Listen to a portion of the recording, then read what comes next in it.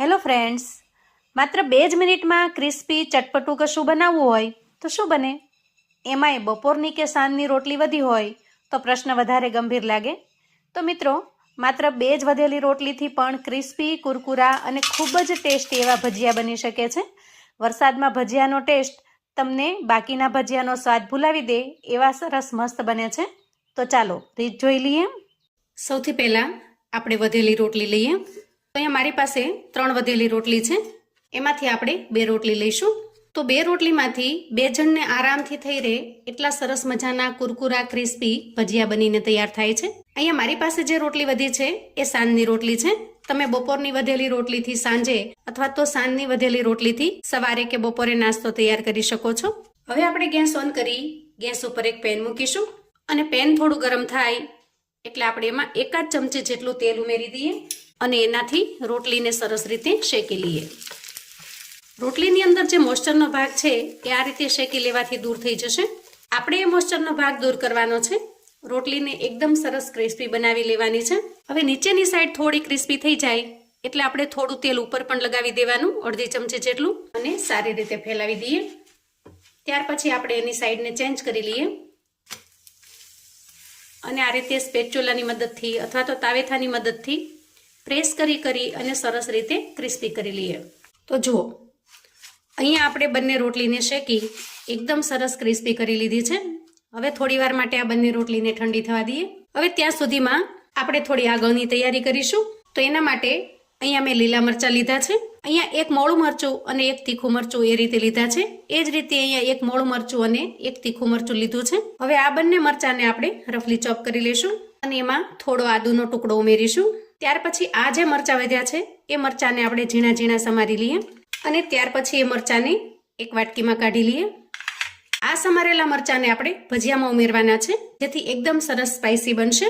અને આ જે આદુ મરચાં છે એને આપણે ક્રશ કરી અધકચરી પેસ્ટ બનાવી લઈશું આ રીતે. ત્યાર પછી રોટલી અહીંયા એકદમ સરસ ઠંડી થઈ ગઈ છે અને ક્રિસ્પી પણ થઈ ગઈ છે. તો હવે આપણે એક મિક્સિંગ બાઉલ લઈએ અને ઠંડી થઈ ગયેલી રોટલીને આપણે આ રીતે ક્રશ કરી લઈએ. અહીંયા રોટલીના આપણે આ રીતે કટકા કરી લેવાના છે. જે બહુ નાના પણ નહીં, સાવ મોટા પણ નહીં, એ રીતે આપણે રફલી કટ કરી લેવાની. રોટલી જો એકદમ સરસ ક્રિસ્પી હશે તો એના ભજીયા પણ ખૂબ જ સરસ મજાના ક્રિસ્પી કુરકુરા બનશે. જેથી રોટલીને શેકતી વખતે થોડું તેલ મૂકી સરસ ક્રિસ્પી બનાવી લેવાની. અહીંયા આપણે રોટલીના પીસ તૈયાર કરી લીધા છે. હવે આપણે તૈયાર થયેલી રોટલીમાં 1 ચમચી આદુ મરચાંની પેસ્ટ ઉમેરી દઈએ. ત્યાર પછી આપણે જે લાલ મરચાંને કટ કરીને રાખેલા છે એમાંથી થોડા ઉમેરી દઈએ. અહીંયા તમારે જેટલું સ્પાઇસી બનાવવું હોય એટલા ટુકડા ઉમેરવાના છે. હવે એક મીડિયમ સાઇઝની ડુંગળીને મેં આ રીતે લચ્છામાં સમારી લીધી છે, એને ઉમેરી દઈએ. અહીંયા ડુંગળીનું પ્રમાણ તમારે રોટલી કરતાં થોડું ઓછું રાખવાનું જેથી મિશ્રણ એકદમ પરફેક્ટ બનીને તૈયાર થશે. ત્યાર પછી કોથમીર ઉમેરી દઈએ. કોથમીરનું પ્રમાણ થોડું વધારે રાખીશું જેથી ટેસ્ટ ખૂબ સરસ બનશે. અને હવે આપણે બેઝિક મસાલા કરી લઈશું. સૌથી પહેલાં ઉમેરીશું સ્વાદ પ્રમાણે મીઠું. રોટલીમાં જો તમે મીઠું નાખતા હો તો અહીંયા મીઠાનું પ્રમાણ એ રીતે રાખવાનું. 1/2 ચમચી જેટલું આખું જીરું લઈશું અને એને બંને હાથથી સરસ રીતે ક્રશ કરી લઈશું અને ત્યાર પછી ઉમેરી દઈશું. અને હવે 1/2 ચમચી જેટલો ધાણા પાવડર ઉમેરીશું. થોડી અમથી 5 ચમચી કરતાં પણ ઓછી એટલી હળદર ઉમેરીશું અને 1/2 ચમચી જેટલું કાશ્મીરી લાલ મરચું ઉમેરીશું. આ મરચું તીખું નથી હોતું, એનાથી કલર જ ખૂબ સરસ આવે છે. આ માટે આપણે અહીંયા કાશ્મીરી લાલ મરચાંનો ઉપયોગ કર્યો છે. ખૂબ સરસ મજાનો ખાટો મીઠો ચટપટો ટેસ્ટ લાવવા માટે 1/2 ચમચી જેટલો આમચૂર પાવડર ઉમેરી દઈએ. તમે અહીંયા આમચૂર પાવડરની જગ્યાએ ચાટ મસાલાનો પણ ઉપયોગ કરી શકો છો. અને આ બંને ન ઉમેરવું હોય તો 1 ચમચી જેટલો લીંબુનો રસ પણ ઉમેરી શકો છો. અને છેલ્લે થોડો અમથો ગરમ મસાલો. તમે જો ગરમ મસાલો ન ઉમેરવા માંગતા હો તો સ્કીપ પણ કરી શકો છો. હવે આપણે હાથની મદદથી આ બધી જ વસ્તુને સૌથી પહેલાં તો સરસ રીતે મિક્સ કરી લેવાની છે જેથી ડુંગળીનું જે મોઇસ્ચર થશે એનાથી બધા જ મસાલા સરસ રીતે મિક્સ થઈ જશે. હવે આ રીતે બધું જ મિક્સ કર્યા પછી અંદાજે 2 મિનિટ સુધી આપણે એને રેસ્ટ થવા દઈશું જેથી ડુંગળીની જે અંદરની કુદરતી ભીનાશ છે એમાં મસાલા સરસ રીતે તૈયાર થઈ જાય. હવે 1.5 થી 2 મિનિટ પછી આપણે ચેક કરી લઈએ. અહીંયા બધી જ વસ્તુ સરસ રીતે મિક્સ થઈ ગઈ છે. આ સમયે ભજીયામાં એકદમ સરસ મજાની ક્રન્ચીનેસ લાવવા માટે આપણે મોટી 1 ચમચી ભરી અને તલ ઉમેરી દઈએ.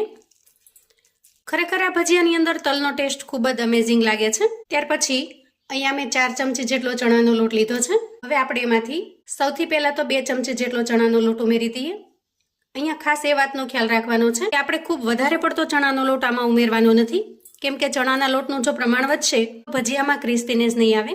તો આ રીતે હાથથી મિક્સ કરતા હજી થોડો ચણાનો લોટ ઉમેરવાની જરૂર લાગે છે. તો ફરી આપણે પોણી ચમચી જેટલો ઉમેરી દઈએ અને સરસ રીતે મિક્સ કરી લઈએ.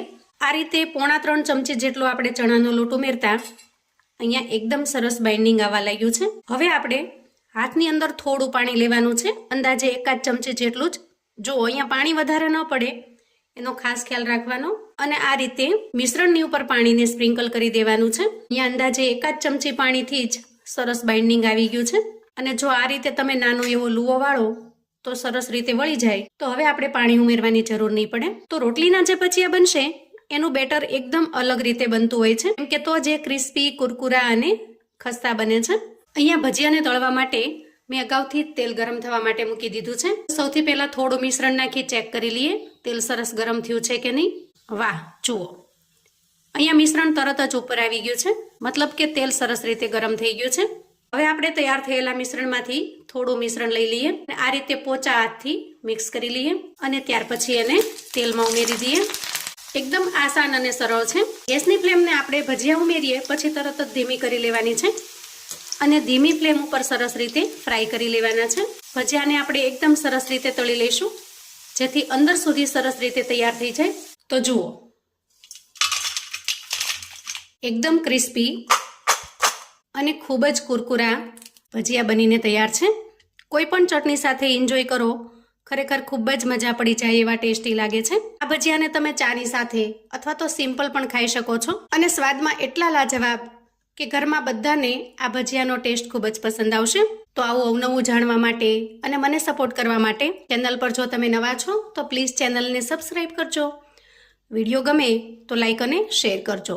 તમારા સગા સંબંધી મિત્રોને પણ આપણી આજની એકદમ ટેસ્ટી અને સરળ એવા ભજીયાની રેસિપી ચોક્કસથી મોકલી આપજો. કોમેન્ટમાં મને ચોક્કસથી જણાવજો મિત્રો, આજની આ રોટલીના ભજીયા બનાવવાની રીત તમને કેવી લાગી છે. ફરી મળીશું એક નવી રેસિપી સાથે. ત્યાં સુધી આવજો મિત્રો.